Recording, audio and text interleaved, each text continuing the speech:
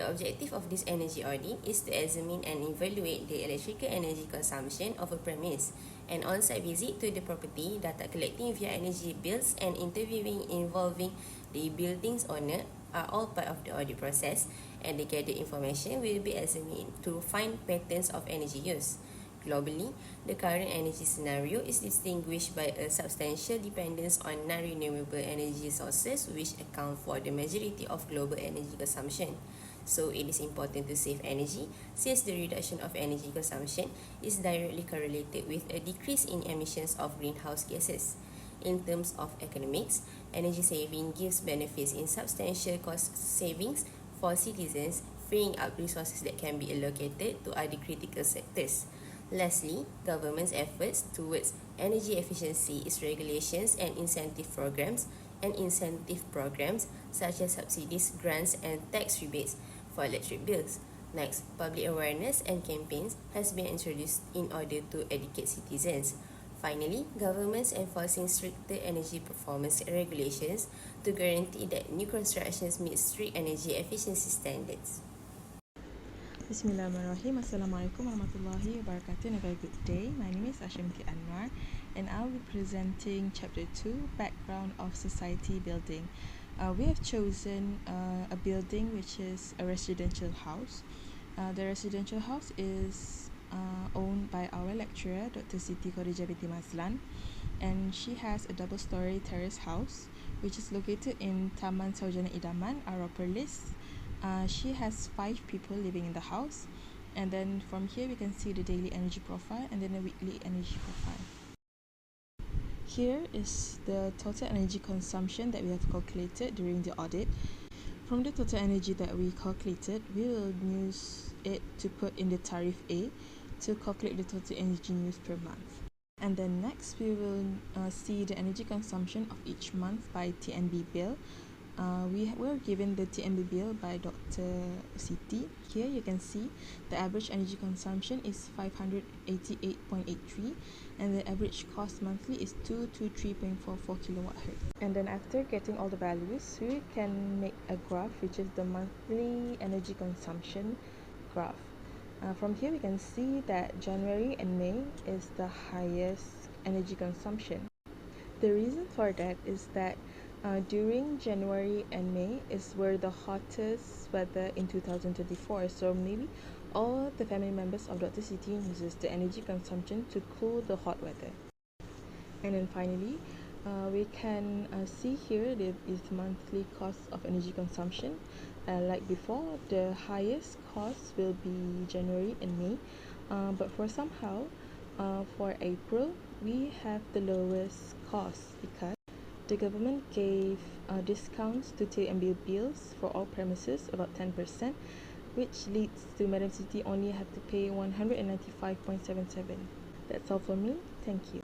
An electrical energy audit reviews a house energy use to find ways to improve energy efficiency and reduce costs. On 2 June 2024 at 3:30 p.m., we audit Dr. Siti Khadijah double-story house to collect data for analysis and audit energy consumption. Her house has 2 living rooms, 3 bedrooms, 3 bathrooms, 1 kitchen, and 1 porch. The number of people in the house is 5. We gather electricity uses and cost data from the previous 6 months, from January to June, by reviewing electricity bills. Detailed information about the house layout and the amount and type of equipment used in each room was also collected.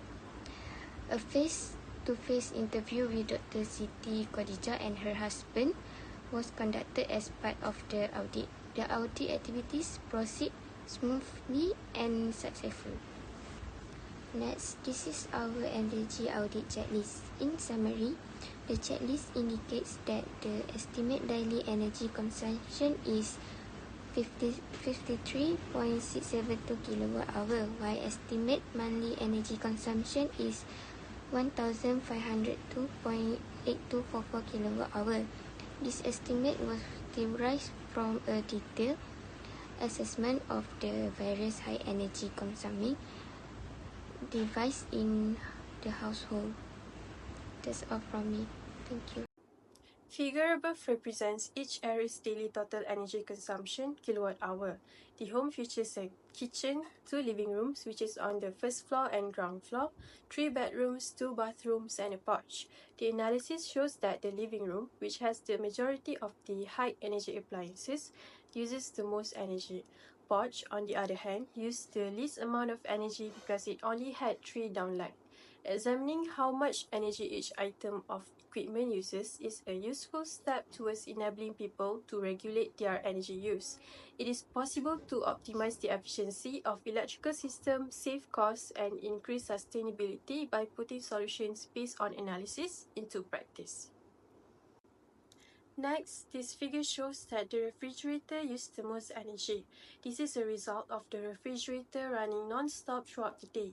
Refrigerators operate virtually non-stop, in contrast to many other appliances. They rarely completely shut down because they must keep the temperature low enough to preserve food fresh. Instead, they cycle on and off throughout the day. Over time, this continuous functioning results in a substantial energy consumption. Next, the air conditioner is the part of equipment that uses the most energy afterwards.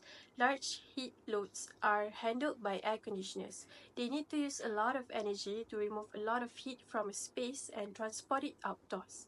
Air conditioners can operate longer hours than other appliances, particularly in warmer areas, since they can withstand greater temperature fluctuations or require less energy. Lastly, since there are inaccuracies or differences in the daily hourly usage, the total computed bill is most likely be larger than the actual bill, as the owner might not stay at home for an extended period of time due to a particular holiday or occasion. However, it is possible to demonstrate that the audit was entirely completed accurately. The recommendation for no-cost energy saving. The recommendation for no-cost energy saving is to reduce usage of energy without requiring any equipment improvement or financial investment. It's just requiring time, focus, creativity, discipline, and perseverance. Here are some suggestions or techniques that can be implemented. So for the first one, practice a good energy habit, which is make sure all light, fan, and other electrical appliances is off when you are leaving the room. Also, when not in use, you can unplug unnecessary electrical appliances. So for the next, optimize appliances usage, which is use the washing machine just when it is completely full and iron several clothing at once rather than use just one tie each time you wish to wear it. Also, meanwhile, for the calculation part, the recommendation that can be made is by reducing daily operation period of electrical equipment that have been used.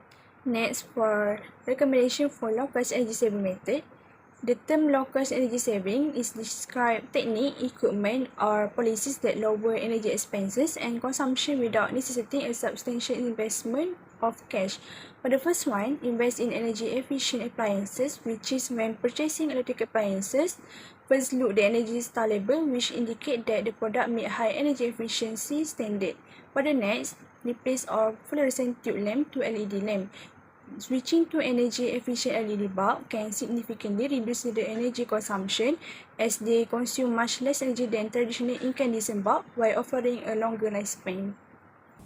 In conclusion, from the audit conducted, we were able to identify important areas where energy savings may be achieved. It identified opportunities for optimization, emphasizing the presence of high energy consuming appliances and areas within the premises. Furthermore, governments play a significant role in the development of a culture that values energy conservation and environmental responsibility. Besides, the recommendations from this audit also will serve as a guide for the premise owner and the occupants to realize practical energy savings in the future.